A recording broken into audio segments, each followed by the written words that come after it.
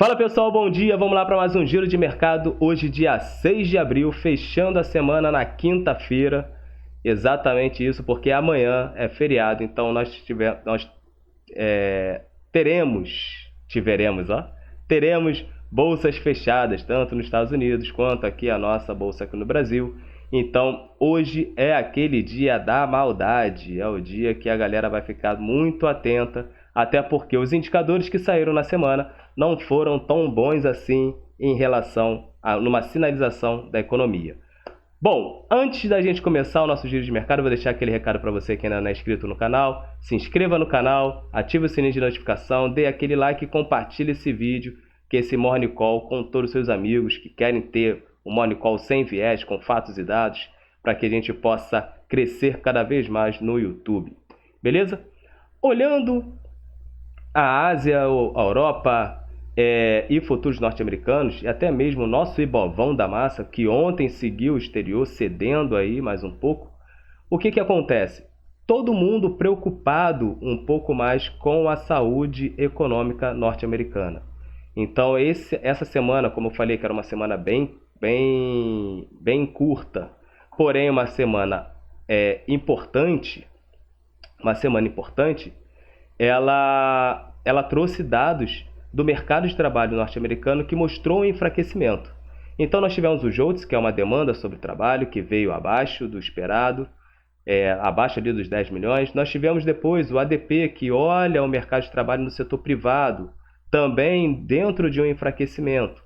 Hoje nós temos mais um ponto desse quebra-cabeça do mercado de trabalho, que é os pedidos iniciais de seguro-desemprego.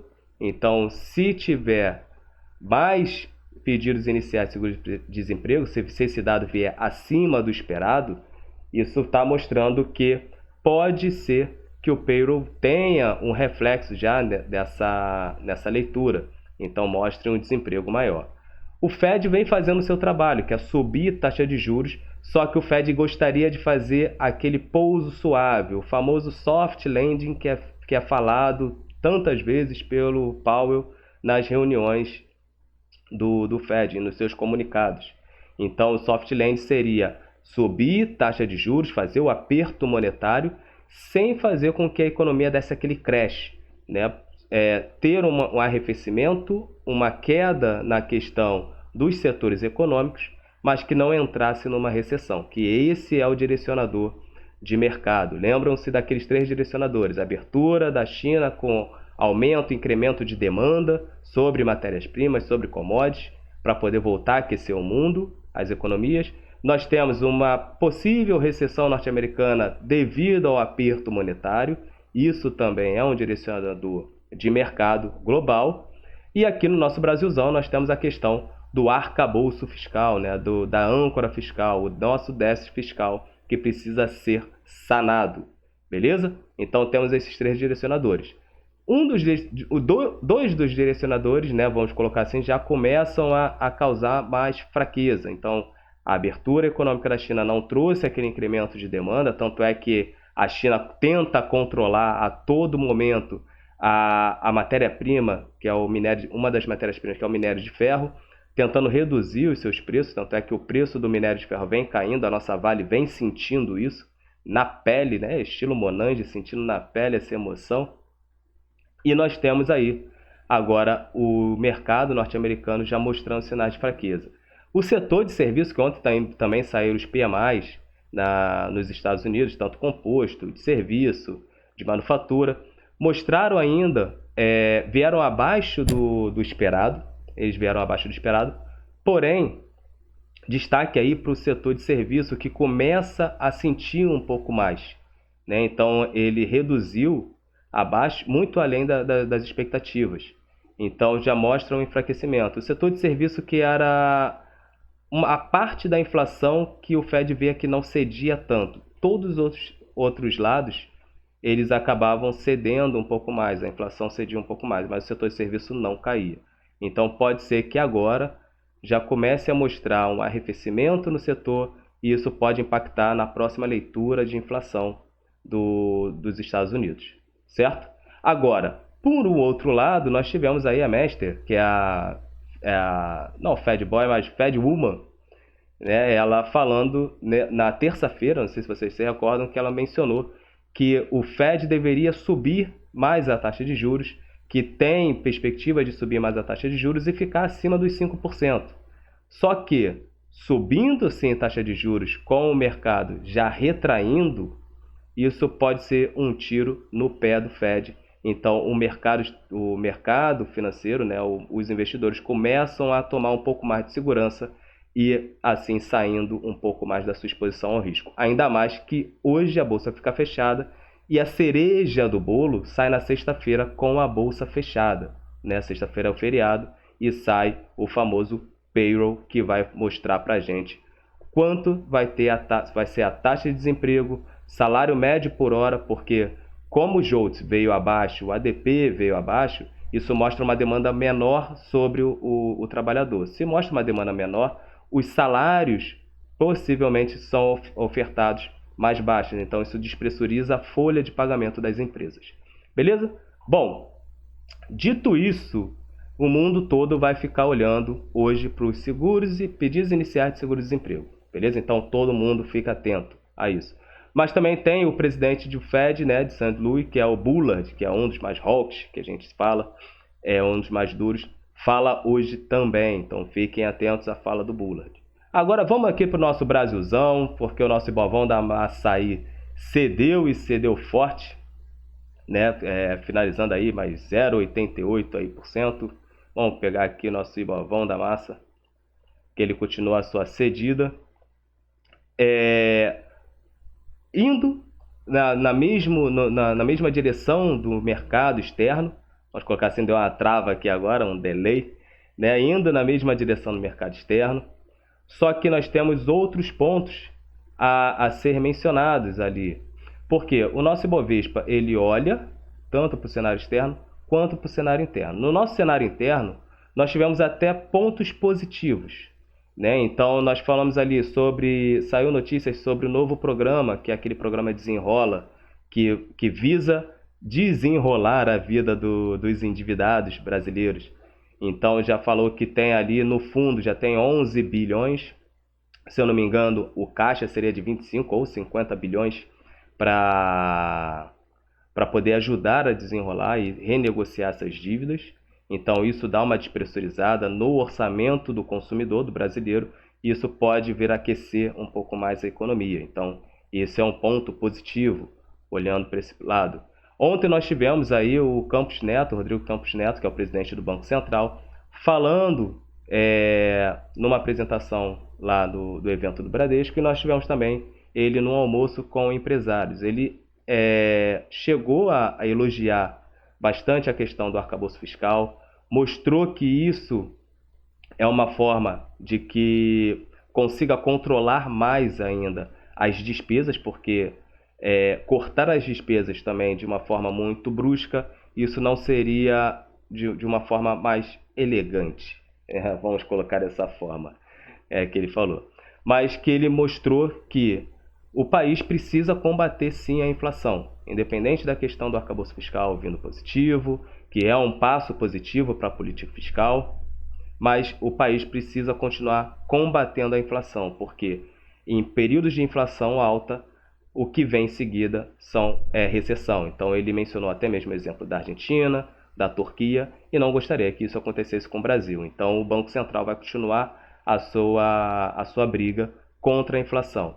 Mas entende que o novo ciclo de juros do país, ele tenta ainda amenizar com essa política dos juros, ele tenta amenizar os impactos na economia. Isso, então ele também está olhando para um crescimento econômico, ele não deixa de olhar. Só que ele precisa, o ponto-chave da atividade do BC é controlar a inflação, então ele vai controlar. Agora, isso dá a entender que num primeiro momento em que a inflação começar a ceder um pouco mais, pode ser que ele comece a ter o corte na Selic. Então isso pode vir a acontecer. Na minha visão, isso aumenta a expectativa realmente de um corte já na penúltima reunião, na minha visão, certo? Bom, outro ponto que veio numa confusão ali foi simplesmente a discussão da política de preço da Petrobras, aonde a Petrobras informa que não recebeu proposta nenhuma do governo para redução, para revisão da política de preço, porém o ministro de Minas e Energia, né, o Alexandre Silveira, ele continua pressionando a Petrobras, no que a Petrobras, o Prates, precisa dar a sua contribuição na reformulação da política de preço. Então a gente sabe que o presidente, né, o executivo, tem essas conversas constantemente com o Prates.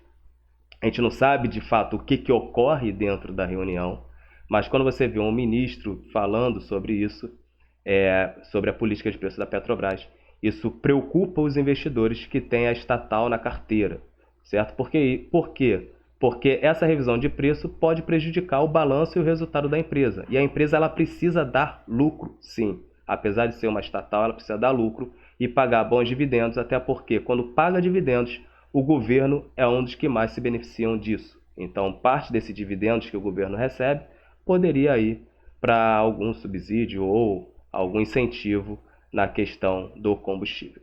Beleza? Bom, vamos levar aqui o nosso Ibovão da Massa, mostrar como é que ficou aqui para vocês. Eu vou tirar o meu rostinho lindo, né, para não atrapalhar muito. Deixa eu trazer um pouquinho mais para cá para ficar bonitinho para vocês conseguirem ver os preços. Bom, o nosso Ibovão da Massa continua ali naquela indefinição, naquele caixotaço, fechando aí em 100 mil pontos, cedendo aí os seus 0,88%, na mesma batida como cedeu também ontem. Ontem também cedeu bastante. Vamos olhar aqui no diário como é que ficou. Ontem nós tivemos um crescimento, anteontem, né? E ontem nós tivemos aí 0,88% de queda, mantendo aí dentro da base do nosso caixote. Então isso fica no radar, porque ninguém vai ficar posicionado em vias de ter um feriado e sai um dado importante que dita o ritmo do mercado, certo? Que é o payroll na sexta-feira. Bom, ontem a nossa Petrobras ficou bem volátil depois desses desencontros de informação entre ministros de Minas e Energia, entre Petrobras, se muda ou não muda o preço do combustível. A nossa querida Vale continua sofrendo aí, como eu falei, sente na pele essa emoção, o efeito Monange, porque a China tenta a todo custo controlar o valor da commodity, que é o minério de ferro. Então aqui o materiais básicos acabou sentindo bem.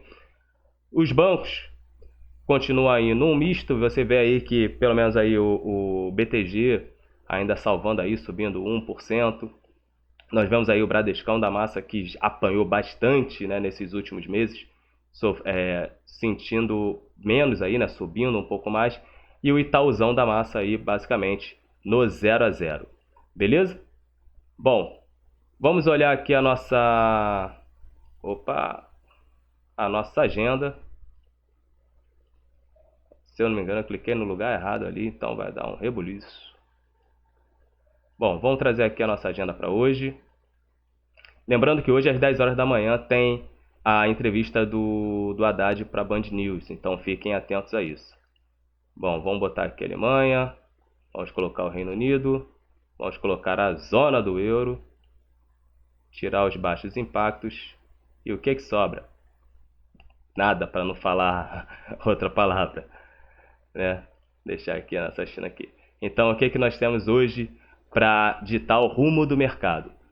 Pedidos iniciais de seguro-desemprego. A previsão são de 200 mil pedidos iniciais de seguro-desemprego. O anterior veio 198 mil. O consenso são de 200 mil. E tem o discurso do Bullard, que é um dos mais hawks na questão do Fed. Beleza? Então fiquem atentos a toda essa questão, tanto do Haddad, que pode dar sinais hoje sobre o arcabouço fiscal, né? Então nós já tivemos uma leitura positiva do Campos Neto elogiando a postura da Fazenda e do planejamento. Então isso é visto como positivo, porém ele não vai deixar de ser técnico, beleza? E agora nós temos o Haddad falando às 10 horas da manhã na Band News. Então se você puder ficar ligado, fique atento às falas do Haddad, que ali pode sair mais algumas informações. Agora, O que dita o mundo hoje é a preocupação com a saúde econômica norte-americana. Beleza? Então hoje sai os pedidos iniciais de seguro-desemprego e amanhã sai o payroll. Mesmo com o mercado fechado, a galera vai acompanhar, porque isso fecha o quebra-cabeça na questão do mercado de trabalho. Que lembre-se, o Fed está subindo taxa de juros, quer fazer o soft landing, sabia que o mercado de trabalho poderia sofrer um pouco mais, então o Fed já havia mencionado isso. Então não entrem muito na questão emotiva, tá todo mundo vendendo, vou vender também. Pensem e analisem os dados de acordo com as falas e as atas que o Fed já vinha traçado, já vinha divulgado, melhor dizendo. Beleza? E aqui fiquem atentos ao Haddad sobre a questão da nossa política fiscal. Falou? Um forte abraço, pessoal. Um bom final de semana, prolongar uma boa Páscoa para vocês e até segunda-feira com mais giro de mercado. Valeu!